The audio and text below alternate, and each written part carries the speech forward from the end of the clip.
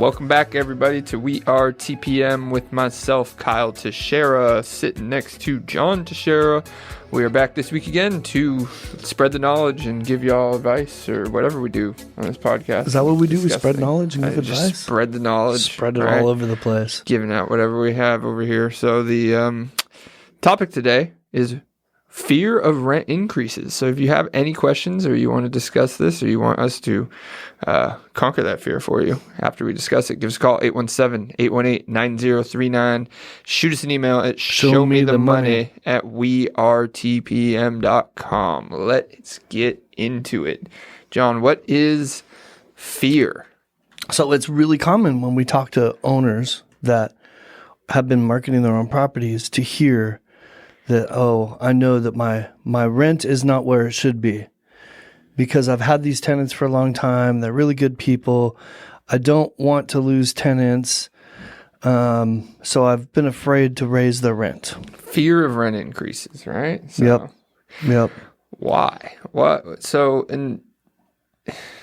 what are they fearful of? That's a good question right there. Because it's rent increases. The general public looks at rent increases as a bad thing, right? Bad landlord, raising rent, bad landlord, especially over the last couple of years, right? But that's not really what we're talking about. I mean, tenants fear rent increases, maybe rightfully so, but we're talking about from the landlord's perspective of pricing your asset, right? You know, let's remember that 9 out of 10 rental properties are managed by the owner. And this is the kind of way that owners make decisions. We talk about this all the time. They make decisions based in emotion and fear. And this is one of the most common fear-based decisions that I see almost every time I sit down with somebody who doesn't have a property manager. Is almost every time what I see. Even people that know what they're doing, they're in the business. I mean, we interviewed somebody that had 12 houses several weeks ago. Even her rents are not up to market rate for the same reasons and the same fear-based decisions. I have to admit that if I didn't have my entire team helping me rent my properties, mine might be that way also, right? Mm-hmm. Because it's human nature to want to maintain a good relationship and not upset the apple cart, so to speak. Yeah, because I mean we've talked about this before from different angles, right? But I always talk about how it's a disservice to both parties, right? Mm-hmm. It is. Yep. And this is we're really talking about significant time periods too, like 5-10 years without any increases, and you call it increases over a 5-10 year period. It's more like balancing, right? Like, well, okay. So tell me, I want you for a moment. You be that owner, okay? Put yourself in their mindset, all right? And let me ask you, Kyle, what is it you're fearful of, or why don't you want to raise the rent? Well, I'm a terrible person to ask this. I'm asking you to pretend that you're not you. Because I simply don't understand. I know. I get it. I simply don't understand. You don't? Okay, the logic. Right. No, I'm just kidding. You want to switch it around? You want me to be that guy? It's. I have a great tenant. I don't want to push them out. I don't want to piss them off. I don't want conflict. I don't even want to bring it up. I don't want to have the conversation. I'm afraid of conversation. That's actually, other people think it's all the other things I said. That's probably the biggest one, is just throwing any wrenches in the status quo. And some people aren't built for this, right? They should be hiring a property manager because they bought an investment to make money. All right, I'm going to drill down a little bit, but what I heard is actually 3 things out of all those reasons came down to conflict, fear of loss, and lack of systems. Okay, so and lack of convenience. I want to drill down to fear of loss, because wouldn't you admit that that's probably the bigger one? Yeah. Why do you fear losing a tenant? Because then you have turnover periods and you have to actually deal with something. Okay. All right, you lose your convenience. All right, let's drill down to that. So now we have time that we need to invest into turning over a property. Money from vacancy. That maybe you didn't prepare for by getting the security deposit. Maybe you aren't prepared by saving your rents. Maybe you don't have enough money. Yep, okay.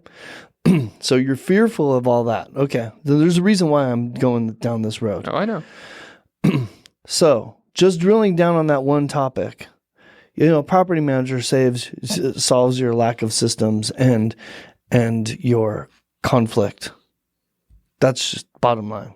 Yeah. I don't know what else to tell you about that. That's just, I can't do anything about that. You can't do anything about that. Go find somebody to manage this for you is really how you solve those two. Well, I'll stop there for a second because good property manager, because I have seen property managers do this exact same cycle for their clients, right? So just to touch on that real quick. Well, when I say good, that's why I clarify good property manager. When I say that, it's because I recognize that 8.5 out of 10 of them are not. Yeah. So because from a property manager side, if they have all the same concerns, and for them it's a business of convenience, right? They do less work. So, but let you continue. You fear so you go 5-10 years without raising rent because you fear losing somebody because you don't want to spend the time and the money it's going to take to turn it over and find a new tenant.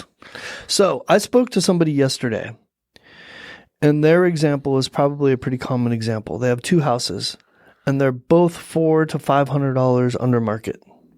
2 houses they've been managing for a long time, haven't raised the rent at all. So let's just say adjusted might even be a better word, adjusted the rent to market. Adjusted the rent, yeah. It doesn't always go up. So let's just say when we say market rent, that means that's what the market is getting for rent in homes like yours in your area, okay? And when I say market rent, what I mean is not only are people renting for that amount, but if I were to go on Zillow, I'm not going to find another house cheaper, right? Mm-hmm. Okay, so that's how I determine market rent. That's a different podcast we've gone into. But now, if I am going to, I forgot where I was going with that, Kyle. Totally lost my train of thought. I don't even know what you were saying. So. You can't even help me right now. No, I can't even help you because you weren't even on to the point, So, I did this yesterday, right in the middle of a meeting, and this is 54-year-old brain, I think, is what it is. You were talking about how he was $400 under market rent. Oh yeah. Right. So he's at that. So between the 2 houses, they're $1,000. You're basically, this is a business, and you're losing $1,000 a month that you could be making, right? If you were at market rate.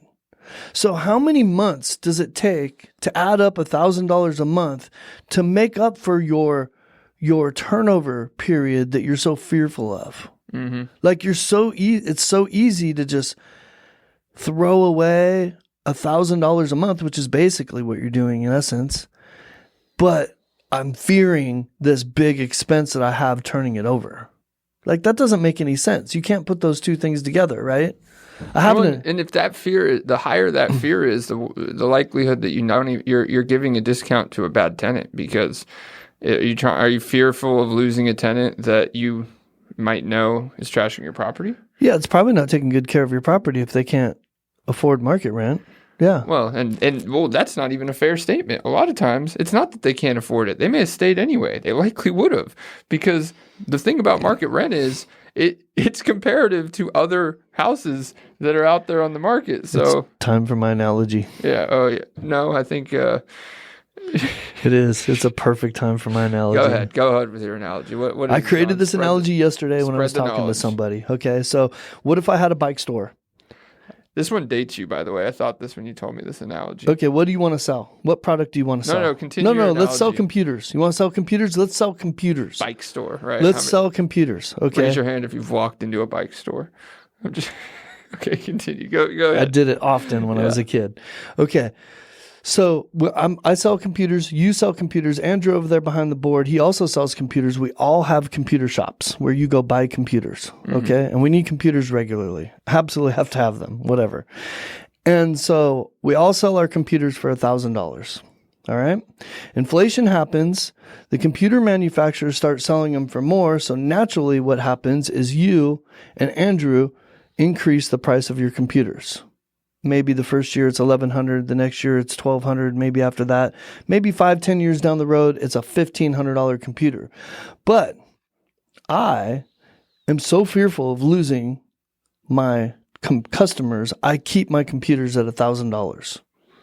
Now, there's a million reasons why that's a dumb decision. I think everybody listening right now can already think of all of them. It seems pretty obvious that that's dumb. That guy's going to lose money. Why would he do that? I mean, think about those customers, your fear of losing customers and going to your shop or Andrew's shop. But when they go to your shop or Andrew's shop, your computers are $1,500. I've already got this customer base. If I also charge $1,500 and don't charge $1,600, $1,700, or $1,800, if I also charge $1,500, my customers are going to stay with me because I've been serving them for years, right? They're not going to go to your shop or Andrew's shop, and your customers aren't going to go to mine, as long as you're doing it. Now, they are if I keep it at $1,000 a month, right? But I'm going to lose money. I can't stay in business that way. Because the manufacturer is going to get theirs, and there's a lot of factors, right? Right. So, but what's the point, really? What's the point in selling that computer for $1,000 and letting and not trying to compete more directly with you and Andrew's shop? What's the point? Well, because you mess up the market too. You can. You're discounting your own service. No, Elon Musk can. Bill Gates can do it. The rest of us have actual economics in play. So the point is, I think it's pretty obvious when you use an analogy. That's exactly what you're doing with your rent. The point is, there is no reason not to increase your rent to or near market rate. We don't always go all the way up to market rate, do we?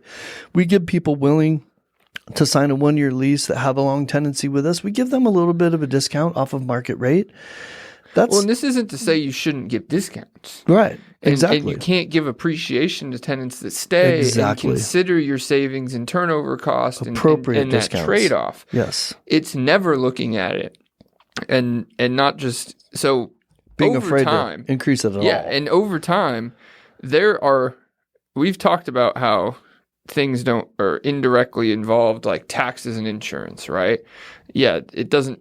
Over time, it will play into, even if it doesn't play into market rents, it plays into your holding costs, right? So if you're going to hold this thing for 5 years and tell the tenant and be fearful to appropriately adjust the rent, well, you are literally allowing whoever you're renting to take a benefit of your added costs or the detriment, right? You're holding the detriment that should be passed along. So say over a 5-year period, especially over the last 5 years, your taxes and insurance would have increased enormously. And if you're now fearful of rent increases, especially too far into this, well, the appraisal district was not fearful at reappraising your value. The insurance companies are sure not fearful of really anything. No, I'm just kidding. Of increasing your premiums. And at a lender, you want to buy more rentals? When those things go up and they exceed your rent or whatever, they get close to it, they're going to look at your lendability and they're not going to be happy about it. And it'll ruin your DTI instead of helping your DTI like it should be doing. Yeah, it will ruin it. And there's some level of, even if you're close, a lender looking at that for an investor on an investor loan is on this next one is like, okay, well, if you're going to rent this next one out, if you're renting this one out at 70% of market, then we're going to consider that now you're going to rent the next one out at 70% market. So it's like a double hit on that. That underwriter is going to be like, well, he does it here. Who's to say he's not going to do it there? Yep. Which affects your ability to buy more.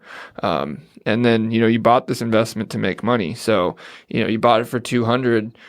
Say this tenant does move out after all your fear-based decisions and now they're out, right? And now you're going to now the market value is for $400. John, I'm going to sell it for $300. Sounds smart, right? Does that make any sense? Nope. We've been doing it for the last 5 years. I know. Undercutting yourself. Why not continue this? Yep.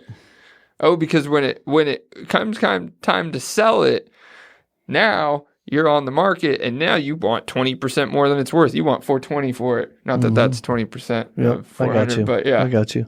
But this is what they do. This is my what happens. typical mindset. You're absolutely right. And that's what we're trying to address right now, because this is one of the most common fear-based decisions that we see when we take over properties or we talk to homeowners. Well, and let's talk about discounts for a second. So like say market rate on the house is $1,500 and you've had this tenant for 3 years. They're great tenants. They take good care of the property. Maybe they do some of their own repairs and actually save you money. Then okay, cool. Those are good reasons to give them a little discount off market. So say they're at $1,350, rents are at $1,500 for a very comparable property.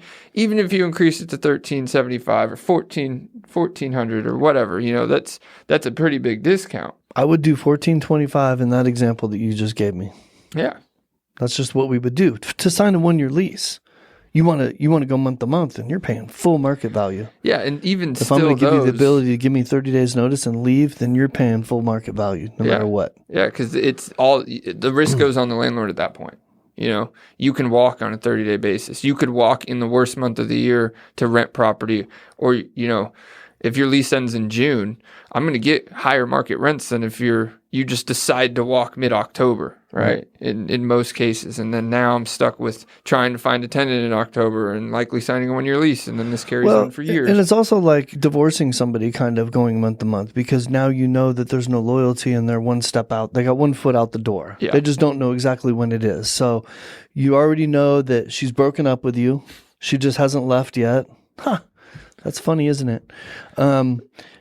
And so you're just waiting to see when she leaves.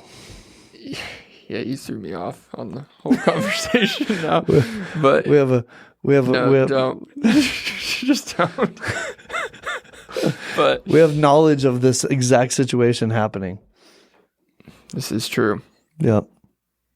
I had like 3 things to say that were important, and I threw you all off. Done that, so sorry. But yeah, it's not so significant. So like, when you're at 1,400, or when market rents say 1,500 and you're at 1,000, your fear is ridiculous. And then I'm just going to throw that word out there. It's ridiculous because when they go look on the market, they are not going to find another $1,000 house.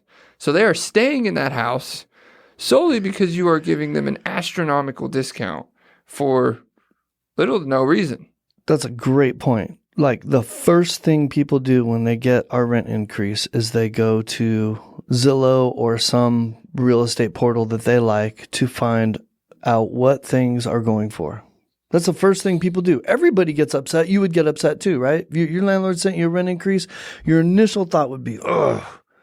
Yeah, no matter how much it is, freaking greedy landlord, whatever, $100, whatever it is. And then you're going to go and you're going, oh crap. Yeah, I'm not moving. I can't find anything less than that.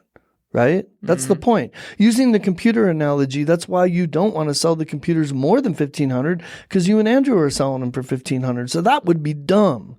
That's not what we're saying. We're saying you should be up to or close to $1,500 so you can make money and have a thriving business and buy more properties and not have to worry so much about turnovers because you're stacking an extra $1,000 a month. Yeah, and it makes the investment make sense because over time your investment's not going to make sense. Your cash flows aren't going to make sense compared to, and then this is another thing that this fear gets based on is there's usually a milestone that makes this cost overcome fear. We see that a lot. So AC breaks, $6,000. Landlord's now got to pay. Tenant's pissed off. They need $6,000. He's like, okay, well, I might need to increase your rent now appropriately because I had to pay for this AC system. And now he's proposing it going up from $1,000 to $500. Well, you just did a disservice to the tenant because if you let him live there for 5 years, you should have been adjusting appropriately over time and letting their family amounts. Get used to it. Because now also, they go look on the market and realize they can't find anything. Maybe they appreciate your 5 years discounting, but it's slap in the face of what real market values are. Yep. Right. It's kind of like if you're buying prescriptions and you lose good insurance and then you get another insurance. You're like, this is what this actually costs. So I don't know. There's a million examples out there of why markets exist. If I bought 50 shares of Apple at $50 and 10 years later it's worth 100, would I sell it to you for 75? What would I be? I'd be an idiot, right? Everybody call into this podcast right now. What other? Nobody would anybody call me a genius for that? No. Not one person would do that. Nobody would do it. No. Nope. What if it's too hard for me to go sell it for $100? But it's extremely easy, just like it is easy to sell a house. No. The stock market is very illiquid. Hard to sell things. I'm just kidding. That sounds like a different podcast, is what that sounds like. Well, there is, but those aren't fear-based decisions. If your discount decision is based on demand, if you have it in an area that you don't think you could ever rent again, then maybe that's a consideration. But then the market rates should be adjusted. No, you know what the difference between those two analogies are? Is one word: certainty. Yeah.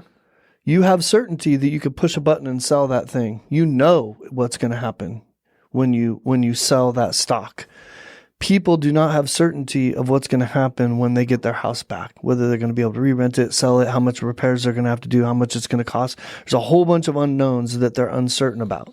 Well, are you and I uncertain about that? No, not typically. Well, in that example, there's, so the same example, if tenants got this discount for 5 years, AC goes out. Now they're like, I need to raise you up to market rent, and I'm going to $1,500. Well, now, after having a great tenant for 5 years that may have stayed for 10 had you adjusted appropriately year over year, now you're likely going to lose that tenant because you just went from 1,000 to 1,500, and they probably don't have an AC unit at the same time.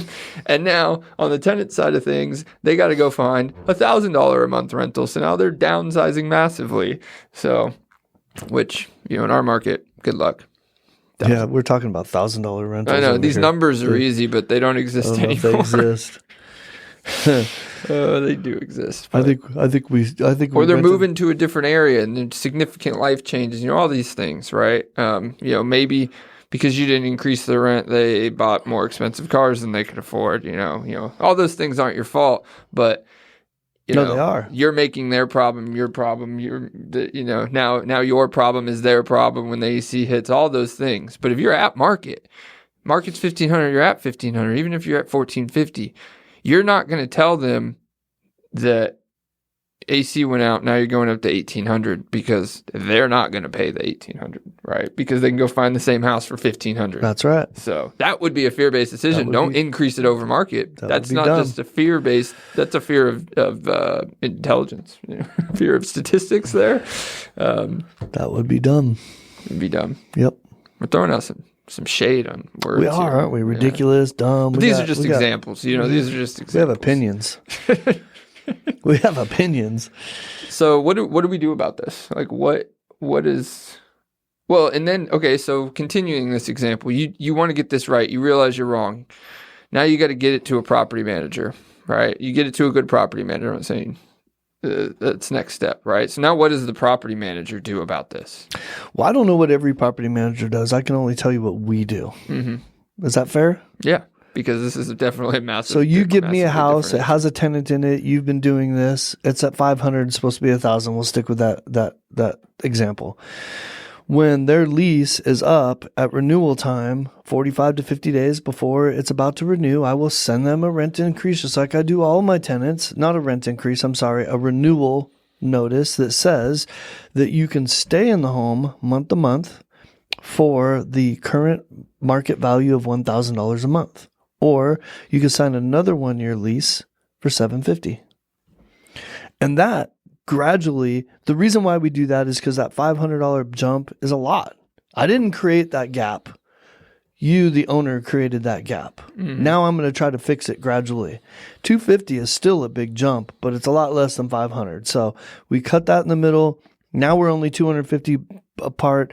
The next year when we do the renewal, maybe we'll be $300 apart, and we cut that in half. Right? So now we're $150 apart. and maybe that increases to 200. You see how we're gradually getting them back to market rate without just slamming them, all the way to 1,000. Now, if they want to put one foot out the door and break up with us, then they're going to go. Which is amazing because they commonly do. They commonly take the month-to-month option, right? Because at the end of the day, they were riding your gravy train until it ended. You were giving them $500 a month. Do they want to be stupid and leave when you're giving them that massive of a discount? So well, different podcast, different subject, but a lot of times owners don't even know that they can give those two options or don't understand why you would give those two options, right? Yeah. There's a whole philosophy behind why we do that. And I've seen other options. We've even done other options where, especially if they absolutely love this tenant and landlord says they take great care of the property. Okay, we'll put it all out there what we're going to do. We'll sign a 2-year lease with a rent increase in the first year and just have this all out there, right? There's multiple options, but the point is you have to get it right. You said earlier 9 out of 10 rentals are managed by a landlord. I'd argue this isn't a statistic that I've checked, but I'd argue 6 to 7 of those landlords are under market. I would argue 90% of those landlords are under market. I can only think of one time, Kyle, where I've taken somebody's portfolio, whether it was 1 house or 10 houses or 50 houses, and found that the entire portfolio was at or near market value. It happened once. I remember it. That's the only time I've ever seen it happen. And I've seen it a few times but it's because they did the systems. They did it once a year. They'd ask a realtor what's market rent. They'd come back and do the system like a property manager would do. So there are people who can do that, right? Yeah. But when you don't do it at all, it's not right. And, the other part of that is, how many did you say? You say 7 to 8 of those 9 are under market? Okay. Sure. Well, I'll tell you where 99 out of 100 of your bad tenants who they're targeting and looking for. They're targeting and looking for owners, those for sale by or under market landlords. Yep. So you're going to get less money than you should, and you're going to get more problems than you should. This is that's a little generalized, but that is what happens because I get this all the time. Do you own this property? No, I manage it. Okay, bye. Well, what they're really asking is, are you going to check my credit? Are you going to check my employment? Are you going to make sure I can afford it? Are you going to do all these things? No, what they're really asking is, can I emotionally snow you into taking my $850 cash and letting me move in tomorrow without checking all my stuff and give me, and allow me to talk you into a great deal because I know how to prey on your fear. Mm-hmm. That's what they're asking when they say that. So I gladly say no and goodbye.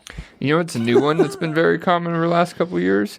They snow you into giving you $850 and renting it for $850, and then that's not even the person renting it. They're renting it for market rate to somebody else who has bad credit or whatever, who can't get through a normal screening process. But now, instead of you making that extra $200, this person that you just randomly didn't screen and rented it to is making it off another person, and they have no risk. If that tenant doesn't pay, then they don't pay, and it's your problem to deal with now. Yep.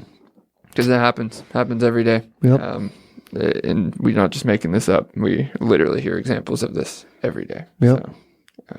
So the moral of the story is buy your computer from my shop, not Kyle's shop, not Andrew's shop, because I'm dumb. Yeah, pretty much. You can get Apple. And I have the same computers they do. And I'm willing to work for free. And if you want to sell me Apple shares for $75, I'm game. Because I think they're like 167 or something like that right now. You know what? I'll take 100. I'll pay you 100. If he's going to pay you 75, I'll pay you 100. That's still too low. I'm still getting a deal. It's still but I'm going to get market. the shares, not you. So, all right. Well, I think we killed this subject. Yeah, we can keep at it if you like. Renewal processes and market rents. So, what did I call this again? Fear of rent increases. Fear of rent increases. Don't be fearful. But don't be fearful. It really comes down to a lot of things we talked about in the past. Leave the emotion out of it. You know, it's really the only name of the game. Because when you do put too much emotion into it. Now you have emotional problems in your investments, right? I don't ever get emotional about my Apple stock.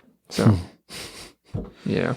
Do you have a lot of Apple stock? You I don't talk have any. about it a That's why I lot. don't get emotional about it. Goodness gracious. It was my example. So. I had some this morning, but no longer have it. So. All right. All right. So if you guys got any questions, you want to conquer this fear or get rid of it, remove the emotions from the equation, which is the name of the game, give us a call, 817-818-9039. Shoot us an email, show me the money at wearetpm.com. If you want to get John directly, who's been annoyed that this number, he thinks this number wasn't getting to him recently. So 817-637-4658. Look, just, I got you, see? Or just give us a call, 817-818-9039, or shoot us an email at showmethemoney at wearetpm.com, and we are out. Let's go Rangers.